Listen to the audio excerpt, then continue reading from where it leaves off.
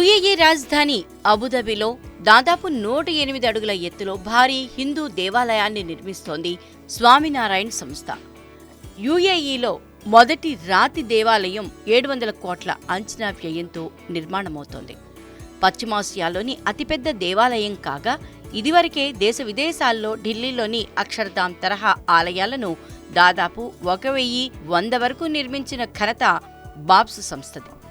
Abu Dhabi శైలిలో నిర్మాణం ఇందులో చూడవచ్చు.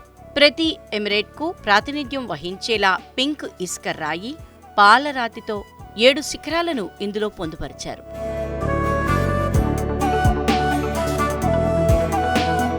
ప్రాజెక్టు నిర్మాణంలో 40,000 క్యూబిక్ మీటర్ల పాలరాయి, 1,80,000 క్యూబిక్ మీటర్ల శాండ్ స్టోన్, 18 లక్షలకు పైగా ఇటుకలు వాడుతున్నారు.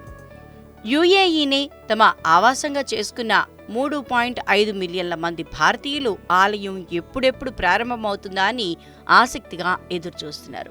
భారత్లో నైపుణ్యం కలిగిన కళాకారులు ఆలయం కోసం శిల్పాలు, కళాకృతులను సృష్టించారు.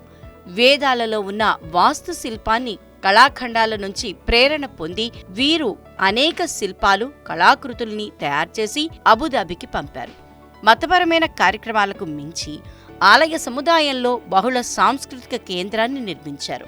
700 కోట్ల ఆలయ నిర్మాణానికి సంజయ్ దత్, అక్షయ్ కుమార్ సహా చిత్ర పరిశ్రమకు చెందిన ఇతరులు, దేశ విదేశాల్లో ఉన్న పారిశ్రామికవేత్తలు విరాళాలు అందజేశారు.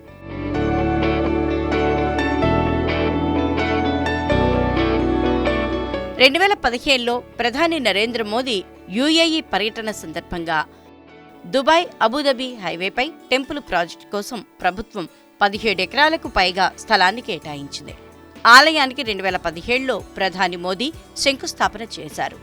ఆలయ నిర్మాణం తుది దశకు చేరుకోవడంతో 2024 సంవత్సరం ఫిబ్రవరి 14న ప్రధాని చేతుల మీదుగా ఆలయ ప్రారంభోత్సవానికి సన్నాహాలు జరుగుతున్నాయి.